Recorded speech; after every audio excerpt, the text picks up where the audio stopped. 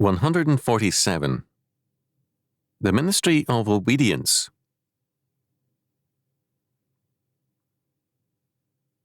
The Emperor Constantine the Great was a man whose life lends itself readily to criticism. Such criticism, however, is dangerous, since our knowledge of many of the controversial events of his life is so fragmentary. It can be readily granted that his faults were many, but, unhappily, his very important contributions are too seldom mentioned nowadays. It has become too popular to blame the ills of the Church on Constantine. First of all, Constantine came to Christianity as a ruler. Rome faced collapse. Its salvation required a new foundation, a religious foundation, and Constantine felt that Christianity alone could save Roman civilization. His interest in the faith was thus intensely practical. Second, Rome's decay was total. In every area of Roman life, decay and decline had set in. Roman law had given way, in essence, to anarchy and to military rule. The Roman state was increasingly effective only in two ways: in controlling people and the economy, and in taxing.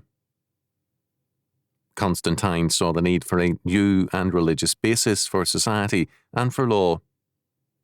That foundation he found in Christianity and the Bible. For Constantine, the Bible was, from first to last, God's word, and hence God's law. Constantine's word was law, and therefore, how much more so was God's word law? In 324, writing to Arius and to Alexander to rebuke them for theological disturbances, Constantine referred to Proverbs chapter 8, verse 22. "The Lord possessed me in the beginning of his way, before his works of old," as a certain passage in the law. Such a view is clearly biblical. The New Testament often uses the term law to describe the whole of the Old Testament. What God says is always law. Third, Constantine opposed forced conversions, declaring, "It is one thing voluntarily to take up the fight for eternal life. It is quite another to compel others to do so from fear of punishment." A fourth point is our main concern here. However sinful and weak Constantine was in other respects, his grasp of the implications of his office as emperor was clear-cut. He saw himself as the bishop of those outside the church. Let us consider the implications of this carefully. According to Romans chapter 13, verses 1 to 10, the church is the ministry of grace, and the state, the ministry of justice. The church ministers to those within the covenant. It declares God's word to God's covenant people. The state, too, has a ministerial function. One can call it an episcopal function, using Constantine's language, or a Presbyterian function, or in Paul's terminology, a diaconate. The province of this diaconate, or service by the state, is the ordinance of God, Romans chapter 13, verse 2. Ordinance, diatage, can also be rendered as institute. Moffat translates the Greek of the ordinance of God as the divine order, and the New English Bible as a divine institution. The word diatage is closely related to edict and law. The state thus is instituted by God as an aspect of his law order. It is an aspect of God's government over the world.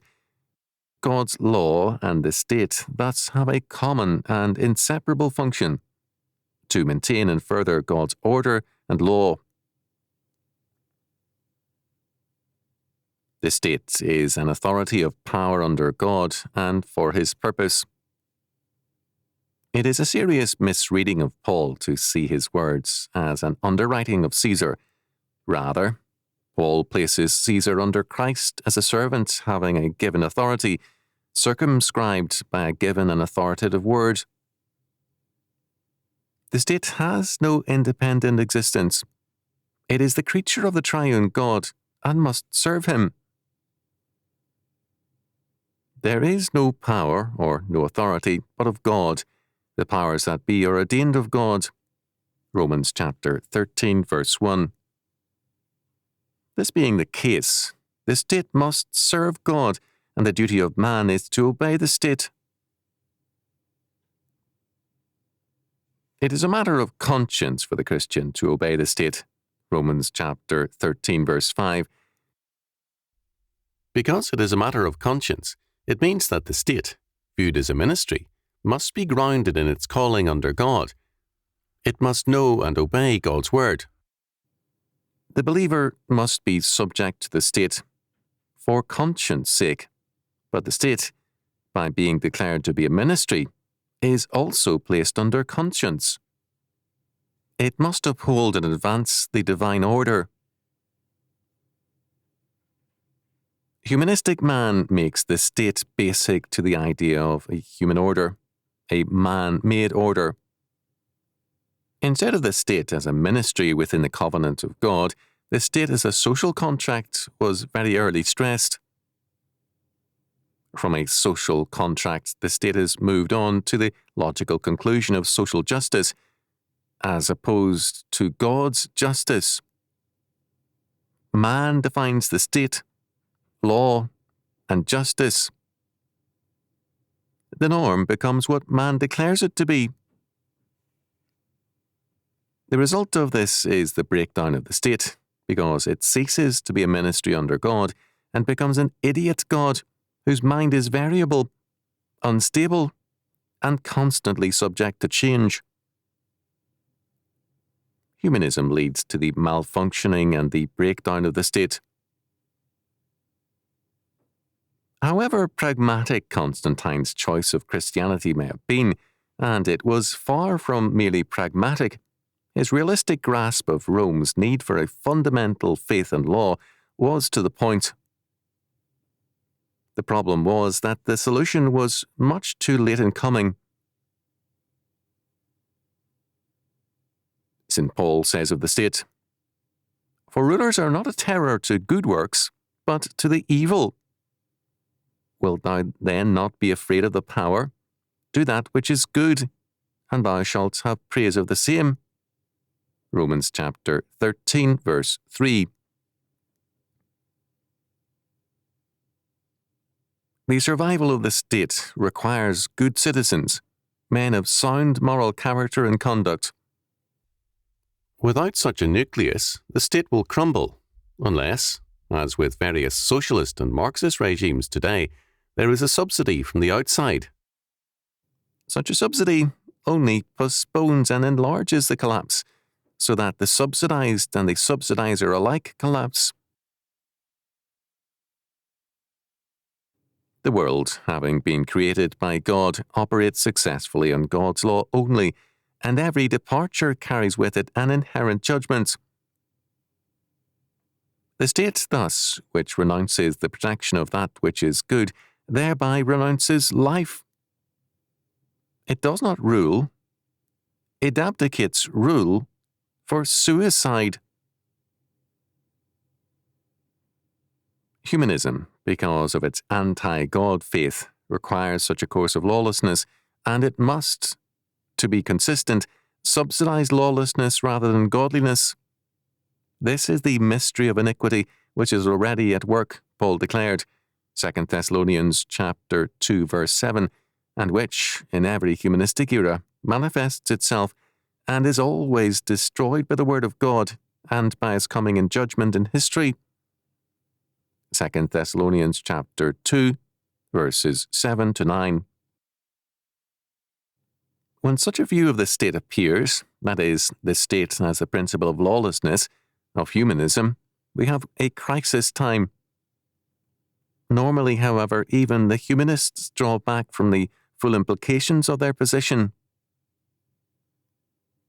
Thus, usually another situation prevails, even with godless judges, so that, Paul declares of the ruler, "For he is the minister of God to thee for good.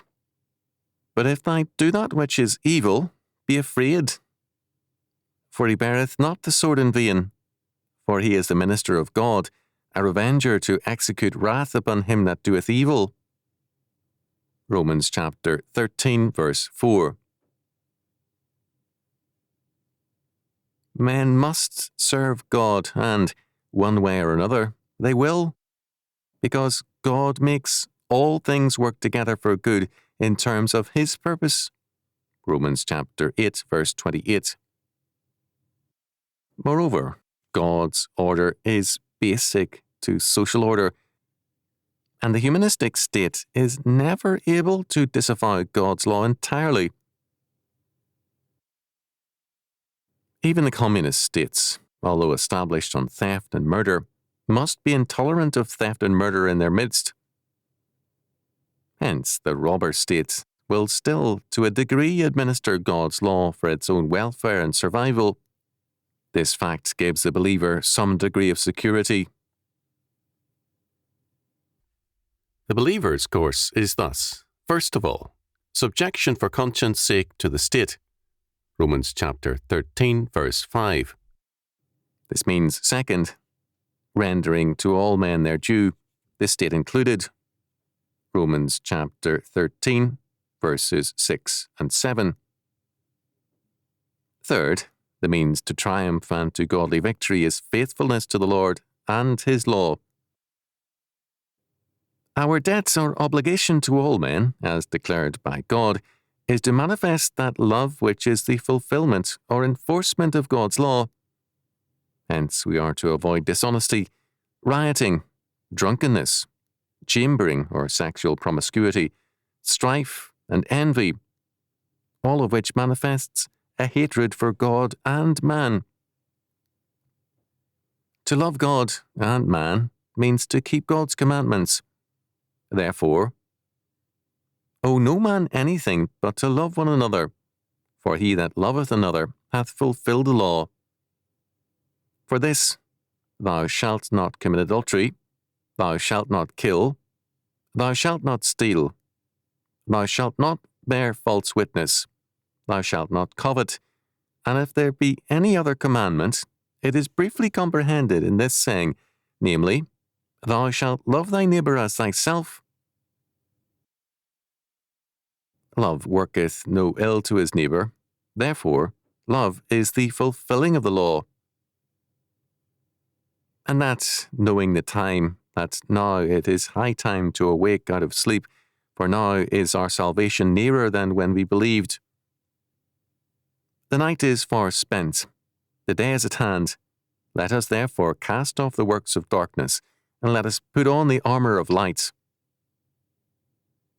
Let us walk honestly, as in the day, not in rioting and drunkenness, not in chambering and wantonness, not in strife and envying, but put ye on the Lord Jesus Christ, and make not provision for the flesh to fulfill the lusts thereof. Romans chapter 13, verses 8 to 14.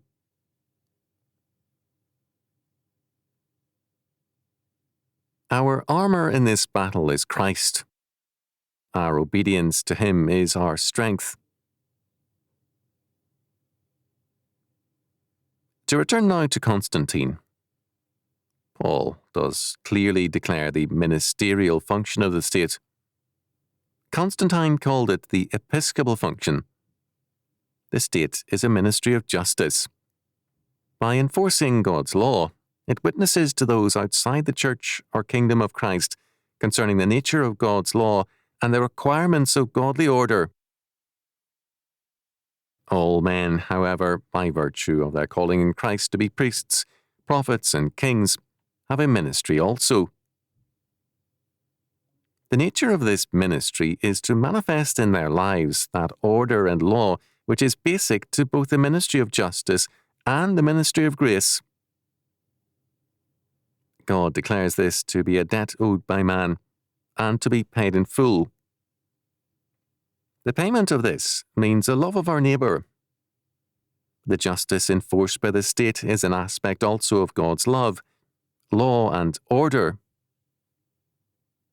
Thus, the ordinance of God, or the divine order, is inclusive of the state's authority and ministry of justice, and of the believer's ministry of obedience.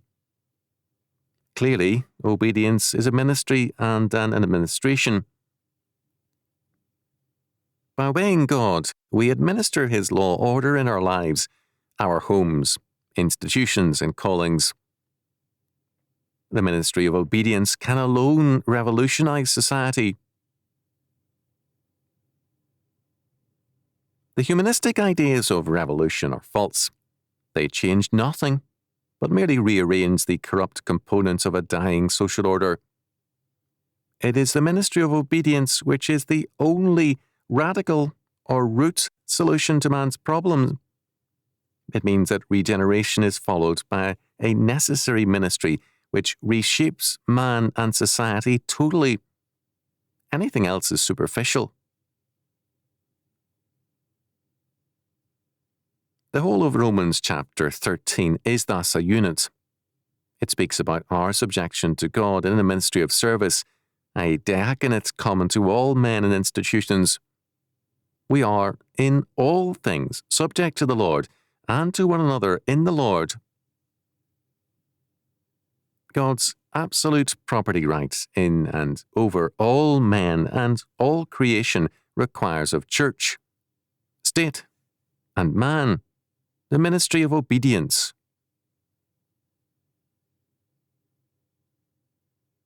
The day of God's kingdom will not dawn until we put on the armour of light, that love which is obedience and faithful action and subjection for conscience sake. The ministry of obedience is the necessary way to God's kingdom.